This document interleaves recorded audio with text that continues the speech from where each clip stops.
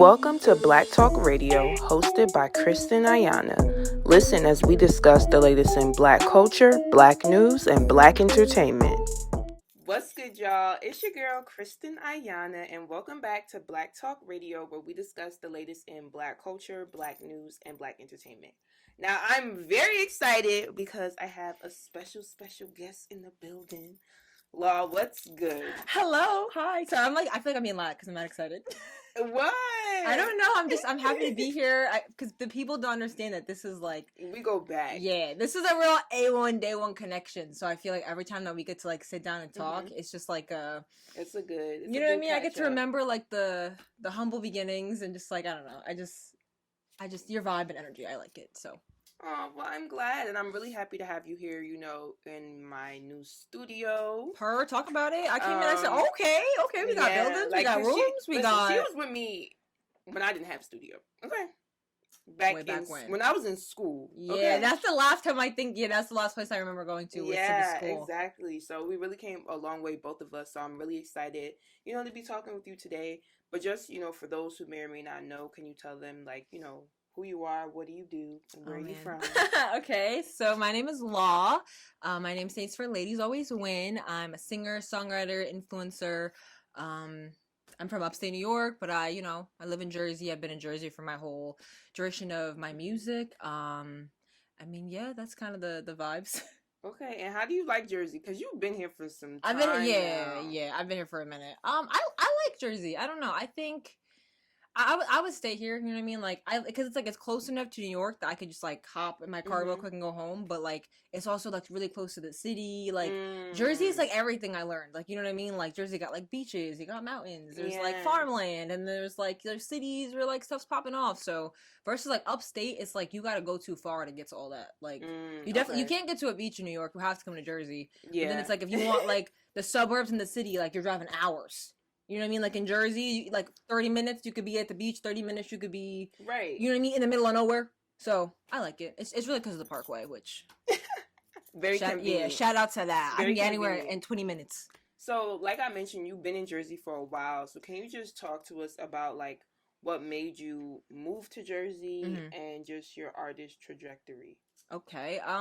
So I originally moved to Jersey because when I started doing music, like the very second I decided to start doing music, I met my mentor, my manager, Mike. Shout out to Mike. Shout out Mike Cameron, period. So yeah, when I decided to do music, I met with Mike. So I drove down to Jersey. They had an office in Bloomfield. And yeah, that's like I just started doing music. So I was doing sessions. So I was driving like back and forward. You were. Yeah, that's when you knew, bro. That's when you knew. So I would be driving like an hour and a half, like 2 days a week, 3 days a week, and then I would do it once a week, and I would like sleep down here for like 3 days. I was getting Airbnbs, and then I stopped getting Airbnbs, and I started sleeping at the studio, and then I started sleeping in my car, and it was just like a lot. I was just down here so much that I was like, I feel like I should just like really like move. I didn't, there wasn't really anything for me like up, home. It was just I was just spending so much more time down here, and I feel like this is like where I needed to be to like really propel my career. You know what I mean? I was like, I can only do so much when I'm only here for a couple days, so. I decided to just make the move, and I've been here maybe like 2-3 years. So it was really just because the company I'm signed with, Sabimano, was here. So I kind of just like moved down here. A lot of people think like, oh my God, like I was like, I knew people here. Like, you know what I mean? Like like it wasn't like a random, I had a whole group of people at the studio that I knew, kind of like they're like my family basically. So it was like I had, a community of people, and I like was familiar with the towns because I was getting Airbnbs like all over. So like by the time I moved here, I kind of knew my way around pretty well. So it was like a good transition, I would say. But I like it. I definitely remember because for those who may or may not know, the company that Law signed to, I used to intern for, and it was like my first internship out of college. Wow. No, sorry, my first internship in college. In college, yeah. Like I was a baby. This had to be like 2017. Yeah, it was like 2018. Yeah, I just finished my freshman year, and it was really like in a sense difficult to find internships because you're so young, right? Yeah. So it's like you don't have that much experience. Like I said, I was a freshman in college. I don't even think a lot of companies even like accepted, freshmen. Oh, I didn't know that. For the most part, I think they wanted like juniors and seniors. But I came across this company. I interned there. And it was a really dope experience. Like, we did so much stuff. We were outside, bro. We were shooting, like, music videos. Yeah, that group of interns was probably my favorite, like, we were doing, like, photo shoots. I know, like... every week we were active. I would even do, like, interviews. And it was a really dope experience, but... I really learned a lot, and I made, obviously, amazing connections. Lifetime friends. So it's like every time we link, it's like I really think back to like where I was in that moment and like where you were. The memories, and like, but that's good though, because I feel like I'm the type of person that I get really like, I have very high goals and high expectations for myself. So sometimes like I'll forget about where I came from because I'm just so focused on like what's next. Yeah, on like where I'm not. Like, oh well, I'm not here yet. I'm not here. I'm not selling out MSG. And it's like, okay, word. But like, let's think about, you know, when nobody knew who you were and like you you did so much to get here. And so that's why again, like I like just like coming here and like talking to you because it's like I can remember like, you know what? Maybe I have come like a long way. You know what I mean? Like I gotta stop being so hard on myself. I'd be like, man, you ain't do shit yet. But you know. Right. If you could tell, you know, your younger self. Oh God. anything, what would it be now?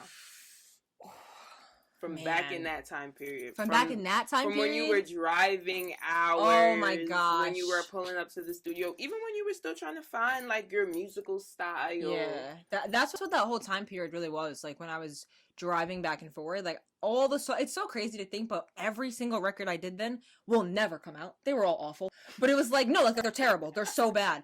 But it was like, No, you did have some good ones. I think there was like one or two that you might have heard that were like, But I think thinking of your sound back then and then thinking of your sound now is so different. But that's what I'm saying. I feel like that whole time period was genuinely like, I feel like I was doing the most just so that I could find a sound. Like I was like coming down and recording all these songs and like, it's kind of crazy because I think in the moment when I was doing it, because I just did not understand how like the music world worked at all. Because like, again, like this is like the second I started doing music was when I got with Sloppy Vinyl and like I never recorded in a studio. I had no prior like music industry experience. Right. So I really had no idea how, you know, stuff worked. I thought I was recording songs that was coming out like next month.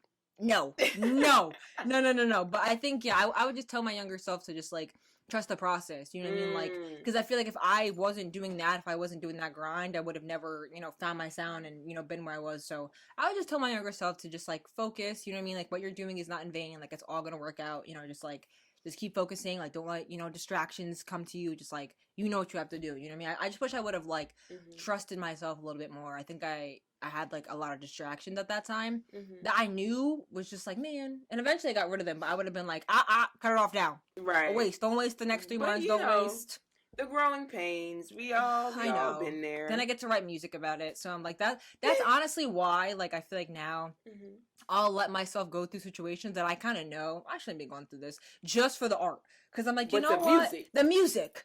I'm like, you know, I can make a good song out of it. Because, like, as, like, an artist, like, your whole life is, like, what... I don't know. It's like my whole life is like what I do. You know what I mean? It's like what I make music about. So if I'm not living, if I'm not going through experiences, it's like, what am I really going to talk about? Yeah, yeah, that's facts. So I think that's dope. And speaking of music, period. I want to talk about your songs "Why Me" and "Bust It Down." I'm gonna bust it down. Sorry, that song was stuck in my head, bro. I've been singing that song like nonstop. So yeah, just talk to us about both of those tracks and like how they came about. What were you feeling when you created them? Yeah. So it's so funny because they're two very different tracks. Why Me, I think was like the beginning. So I mean, I made my first EP Vent, which I think was like kind of the beginning of my sound, but I have this project Vent 2, which Why Me is kind of like the leading single off of that. So that kind of just created and started like this whole new sound for me. Right. And then when I put the song out and it was just doing so well, I feel like, wow, like people were, you know, that's like my best song to date.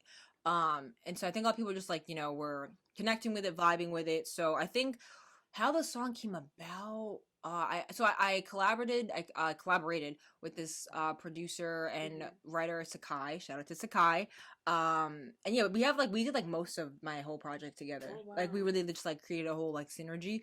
But yeah, I mean, and that was like also cool too because that was the first time that I ever really collaborated with another like writer. Like up until that point, like I had sessions with other writers. Like I definitely did sessions, but I never really vibed with like, you know what I mean? I have a very specific process that like I feel like other people like just weren't meshing with. And so yeah, like when I was like in the studio with Sakai and like the tracks, I don't know, like we just had like a good vibe. So I feel like that kind of started the whole collaborative thing, which then like leads into Bust It Down, right? Bust It Down features the 5 Star Twins. They're like super big on TikTok, and I don't know, like yeah, I think that I kind of just started to branch out and to just work with other people, and even to like from like like Why Me, just working with like another writer and producer, to then Bust It Down working with a whole like like other artists. But yeah, I don't know. Bust Down's like a fun, yeah, it's fun. It's summer, and that's the thing too. Like when I was like making the song, and like when I was in the studio, like I just wanted to have fun. Like I just felt like I make like the rest of my music had like a real like serious undertone to it, which I think is good. That's a moment people want to feel that, but like I just feel like whatever your energy is, like when you're recording, that's why I like music so much, because like whatever energy I put into the microphone, it gets trapped there and it's there forever, and you can always play it back. You can always listen back to it. So I feel like I really wanted to make sure I had fun energy. You know what I mean? I was like, let's just have a good time. Like it's not that serious. Let's get some money. Let's make get a little bag, get a little bust down. And it's summer. We outside. We outside. Outside, not in. Outside, not in. I love that. But yeah, no, it's just like trying to do something fun, and a lot of people like it. And, the whole like Jersey club vibe is like really big, and it's so funny. I had this guy message me, and he was like, "Who knew that you could hold your own on a Jersey club beat? This song go hard." I was like, "Okay, thank you, sir. Shout out to you." But I mean, it's just like doing other things and showing versatility, and obviously, like I don't want to like switch up. I like the lane that I've created for myself musically, but I think it's also just important, like as a creative, to be able to like experiment and like do other things. Yeah, and I love that, and I definitely feel like you're in a space now because your sound that you can it won't be things exactly, and it'll still be authentic to you. I think it's hard to do that when you don't like have like your home base of like what you do. Like if you don't know what you do and then you just start doing all this other stuff, it kind of gets all over the place. But I think once you have like that concrete, like I know what I do, then you can just start to put that into like again like the other genres and like the other sounds. For sure, I love that. And like speaking of, just recording, being in the studio, you mentioned like collaborating with other artists, other, songwriters. What is it like recording in the studio for you now versus what it was like before? I mean, I have a lot of artists that come in here, they say like they need certain people with them. They need, this one girl told me she has to record in the dark. I've heard a lot of stories. People have their things. Yeah. I mean, I think, again, like, because of the way that I was kind of, like, developed in music, from the beginning, like, I always kind of was, like, Mike made sure that I could go in the room with different people. So I never really was able to, like, be like, oh, I only want to work with this person. Like, that would not cut it. He'd be like, get over it. You know what I mean? So which is good, because I feel like now I don't necessarily, like, need a certain vibe. But yeah, I don't know. I mean, I think my preference, I do record in the dark though. Like, like now that you said that, like, if like in the booth though, like in the booth, I'm turning the lights off. Like, I don't want the light on in there. Like, I think because like when you have like the headphones on, like when it's dark, you almost like feel like you're like in like like in like the like Stranger Things when Eleven's like in like the upside down. Yeah, it feels like you're there. Like, I don't know, like especially like, you got like the effects on and everything. So I try to just have it dark just to like for like distraction, so I can really focus. I feel like when the lights are on and I can like see everybody out there, like I don't know, I don't want to, I like to be able to zone in. But yeah, aside from that, something really specific. I do a lot of my tracks with Mike. As far as like vocally producing, that's like my favorite way, just because I feel like it's faster. I just feel like it's faster. It's more like precise, but. No, yeah, I don't have like a specific like anything like I have to like, oh, it's got to be like this. It's just, you know what I mean? Yeah. Whoever. I mean, I do prefer it. Not a lot of people in the room. I don't like it when there's like 50 people in there. Yeah, that's a lot. No, yeah. Now it's a party. Like no, yeah. I really prefer it. Like my preference. Again, like I'll do whatever. Like if I'm in the booth, like I'm not gonna ask people to leave. Like I'm just not like that. But like because I know I can do it like with people in there. But if it's up to me, it'll be like me, the engineer, and then like one other person, which is usually Mike and or like whoever like. Like made the beat or something like that. Aside from that, you got they can't wait outside. I don't. Right. Not. This is a place of business. Yeah, because I feel like the creative process is like it's a very delicate like thing, and a lot of people they don't see it like that because they just see like the aftermath. But it's like the same way that like when you have to like bake a cake, the cake needs certain conditions in order to come out right. I feel like music is the same way. It's just not as like you know, black and white as something like physically making something that's a little bit different. So even just like vibes and energy, like I don't, if people are like are having like a weird, like if someone's having like a bad day, I don't want them near me. Just because it's like, you know what I mean, like I'm like because then it's like, or like I try not to like look at my phone. I try not to like answer phone calls because it's like I could be in a vibe and I get a phone call and I'll totally get just like it takes you out of that zone. It takes you out of the zone. So it's like it's just like things like that I'll try to like create little, you know, boundaries and barriers for myself just so I can stay like super focused. Got it. Yeah. I mean, I think that, you know, really just shows like how serious you are about your artistry and the fact that, you know, when you are in the studio, like it is time to really lock in. So I love that for sure. Now I want to get into your podcast. The ladies always win podcast. You have to come on the podcast. Yeah, come on it. Yeah, for sure. I'm ready. All right, don't. It's on camera, so I will be there. Period. Okay? Deja, just come on the podcast. I love it. But tell me all about it. I came to the release party. It was so like it was such a vibe. It was so much fun. Yeah, so I loved having you there. Like, tell me, you know, what made you want to start this? So I mean, like on TikTok, I feel like, you know, I have this like big following and this big platform on TikTok. Yeah, she does. 1 million. Period. I mean, yeah. So I mean, I gained this like very big following on TikTok of females, and I just get like so many DMs, like hundreds, thousands of DMs every single day of girls just like asking me like relationship advice or like what should I do, and like they just kind of want my insight or they want my help in some way. And I feel like I started off like the whole Vent project and Vent 2 was literally like the messages of these girls venting to me and me trying to like put it into music because I'm like, okay, how can I answer all of you at one time? You know what I mean? So I'm like, well, okay, I if I answer all these DMs and I see a common thread, I'm like, all right, clearly a lot of girls are going through this. Like, let me put this in a song. Like, this is what the girls want to hear about. So I wanted to kind of take that whole process a step further. I just put it into a podcast, you know what I mean? Like another platform, because I just feel like for me, everything is just about like brand awareness and like my mission of like ladies always win. And like, I just want to push that as much and as big as possible. So it's like, you know, cool, I might get to a certain demographic by doing it through music, but now I can get to a whole different demographic, you know, doing it through podcasts. There might be people who don't have TikTok or don't have this, but they listen to podcasts. And so it's really just about like continuing to spread the message. And also like, I just wanted like my own kind of little venting platform that I could just go on and like do whatever and just like make it like a little bit more, because again, like I do take the music very serious, that I wanted something that was like a little bit more like laid back and fun that I could also just like another like outlet that wasn't so like, because again, like when I do music, like it's real, like it's go time. So the podcast is a little bit more like, okay, we can be chill, me and Deja, we be vibing, we just have fun, you know what I mean? Deja have her little wine, I got my little seltzer because I don't drink, but you know, it's fun. I love that. I think that's dope, and I love that you've created like a space for women to be able to, you know, get advice about situations and things of that nature. That's really dope. Now, as far as like being, you know, a woman in the industry, what has that experience been like for you over the years? Oh man, I would say like I'm pretty lucky. I don't think I've had any like terrible experiences. I know people that have, and it makes me sad. But my personal experience, I would say, has been like really good. But again, that's because like when I came into the industry, with a company, with a team that I've been with this whole time. Right. And I feel like that has a lot to do with, you know, it's almost like your team is almost like your protection, you know what I mean, as an artist. So I feel like when you're an artist and you don't have that like protection, you're just out here like vulnerable to everything. So again, like I'm very grateful to, you know, Sloppy Vinyl, to Mike for like making sure that like I always had like some like people to ask and make sure that like people can, you know, be doing like no weirdo shit, because like the music industry is a strange place.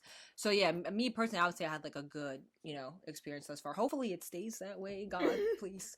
Right, amen. Yeah. But nah, that's good, because a lot of people, unfortunately, you know, they go through things. Yeah, it's like really like damaging to who they are, like as an artist. And it's terrible because it makes them like sometimes like the industry and like all of that, it makes you like not even want to do music. You know what I mean? And I feel like I've had moments like that of like the politics of it. You know what I mean? Like when you learn about like, you know, because I got to the point where like, okay, like now I'm sitting down with record labels and like these things that I always dreamt of doing like since I was little, right? And it's like now I'm here, I'm in the building, I'm looking at the Sony sign, I'm looking at this sign, I'm looking at that sign, and then like I sit in the meetings and I'm like, wow, this is not what I thought. Like it's just not, you know what I mean? So I feel like sometimes that kind of, you know, the politics of like the numbers and the money and this, which I'm not gonna say that stuff doesn't matter. It does. Right. But I just think it kind of just helped me to like realize, okay, like why am I really doing this? You know what I mean? Like it makes you really figure out, like, are you doing this for all of that, or like are you doing this for like like yourself? And I had to like really make sure, like, okay, dial it back. Why do I make music? Why do I want to do this? And so I would say that it kind of helped me just like align my values and like realize, like, okay, this is what I want to do. Right. I know for a lot of artists, we're kind of in this era where we see like a lot of artists not being signed to major labels. Yeah. So like I just want to know, like, what is your thoughts on that? Like, I don't think that you need a major label at this point in time in music, which I think is cool. Like for me personally, I just think everyone kind of has to know what they want to do. So depending on what you want to do is going to depend on if you need a label or not. Got it. If you're trying to get to a certain status, you can 100% get to that status on your own with all of the resources that are available to you.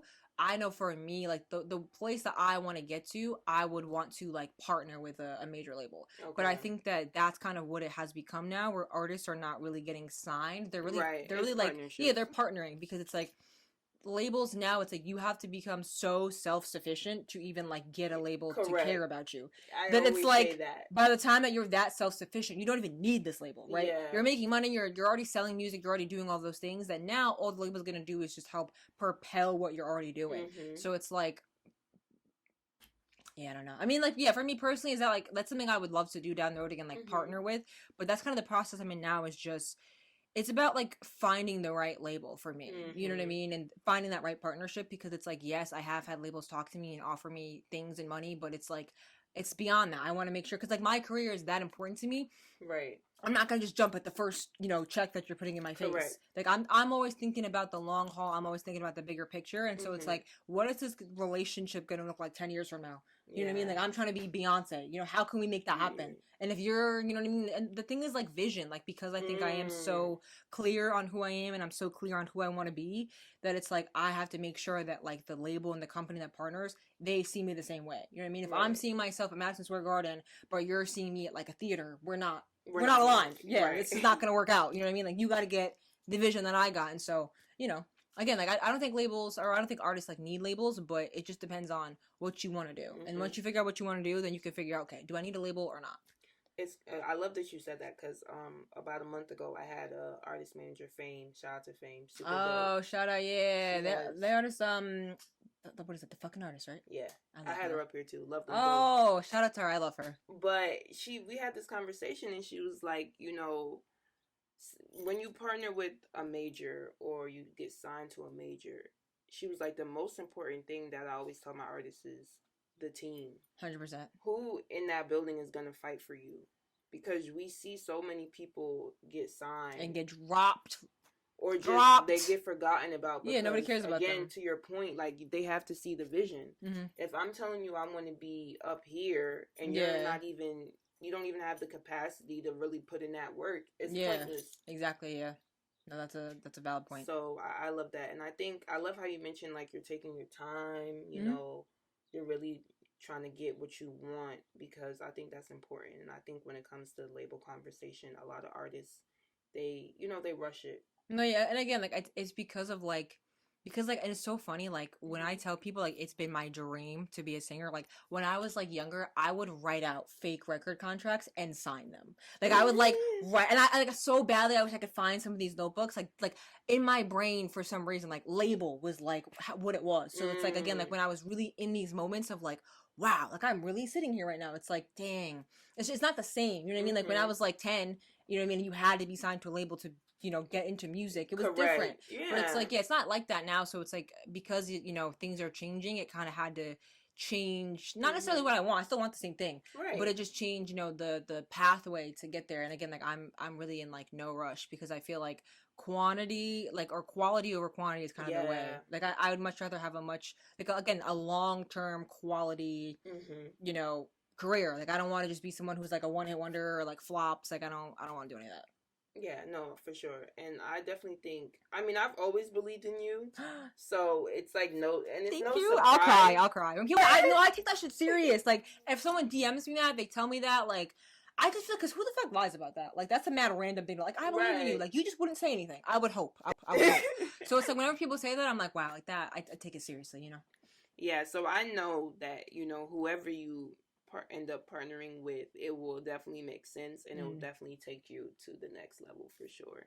Manifest. So we're going to put that good energy Period. out there. Lord above, you heard us. You heard it right here on Black Talk Radio. God, Amen. I know you did. I know on you a did. Sunday, okay? On a Sunday. So now I want to know, if you could work with any artist or collab with any artist, who would it be and why? Okay. Any artist. All right. So, I mean, it's my goal, like, for my first, like, studio album or a studio album, I want to have all female features. Like, I feel like no one's done that. I feel like someone might take my idea now. But yeah, it goes along with my brand. Like, Lady's always been, you know what I mean? So I would say Nicki is on there. Oh, yeah. A Nicki feature. And Nicki be hopping on songs. She does. So it's like, that's not that far out of realm. You know what I mean? No, It's like, that's facts. You know what I mean? So yeah, Nicki's definitely up there. Because again, like, I grew up, like, in middle school, like, listening to, like, Roman's Revenge and, like, all that. Like, it was, like, serious to me. That Pink Friday. Y'all had to be there. Yo, you had to be there. You had to be there. And I'm telling you, if you were in, like, middle school. Yes, I was. When you had, like, nothing else going on in your life. Right. Come home, go on YouTube, play that music. Play that. That was the only thing. You be in the hallway. People, they be yelling at you, take your headphones, like, starships. There's, like, I was raving, bro, at my locker at, like, 13. Like, just drinking water at my locker. Just like, yeah, you know. It was a moment. It was a moment in time. But yeah, I would say Nicki's up there. Who else? Megan Thee Stallion. I could see that. I love her flow. I love her energy. Like, I feel like having even her tonality on her voice. I feel like our like tones would sound dope together. Doja, we'd love a little Doja. Just mad people. Amazing. It's all females again. Like Janae Aiko, Mother Janae, please, Lord. I'm telling you, but I have this. Like, I really, because I'm a visionary. I believe in, like, you know, manifesting and, like, really, like, knowing what you want down to a T. So I literally have a whole track list of this album. Like, in my notes, who I want the features to be. And then one day, when it happens, and I have all those features, I'm going to show them side by side, like, years apart. Of, like, listen, we've been new, you know what I mean? I'll play this clip of, like, all these people I wanted to work with and how, you know, that really went out there. But yeah, I would say those three. So Doja, Nicki... No, that's four. Janae and Megan Thee Stallion. I love it. I think all the gals. Yeah, all the girls. All the ghouls. That's great. And now my final question for you. If you could leave, you know, like your supporters with anything like to remember about you, what would it be and why? To remember about me? Oh my gosh. I feel like my real true fans, they know that I'm kind of weird. They be on my lives watching me do all types of stuff. I would say anyone who supports me, anyone who's like watching or, you know, whatever, I would want anyone to just know that if you work really hard, that you could do things. Just because I feel like my whole life, my whole like story, my whole career, I always felt very inspired by people that had a similar upbringing to me, meaning like they weren't super rich, they weren't, you know, they didn't have famous relatives, they were just normal people, right? And how they made their just regular circumstances turn into something like really big, and I always felt like that was inspiring. So I feel like anyone who sees like me, my platforms, my whatever, I would just want them to know that like this was not like some overnight, you know, thing. It was success, like it was like really like hard work and grind, which means that you can do the same thing. You know what I mean? Like if you want something, you just have to make sure that you know what you want, you know, create a plan to get there, and then literally just, you can really, like, work your way to things. Like, obviously, like, some things are fate, you know what I mean, or luck, but I feel like you can really create your own fate just by working hard at something. Got you. Well, I love that, and I feel like that's a message that anybody can relate to. Period. So, I just want to thank you so much. Thank you for having me. So good, and I will be on the podcast. Yes, ladies and gentlemen, podcast. We're gonna switch roles now. Yeah, wait on it. But thank you so much, and we're wishing you nothing but the best. Thank you.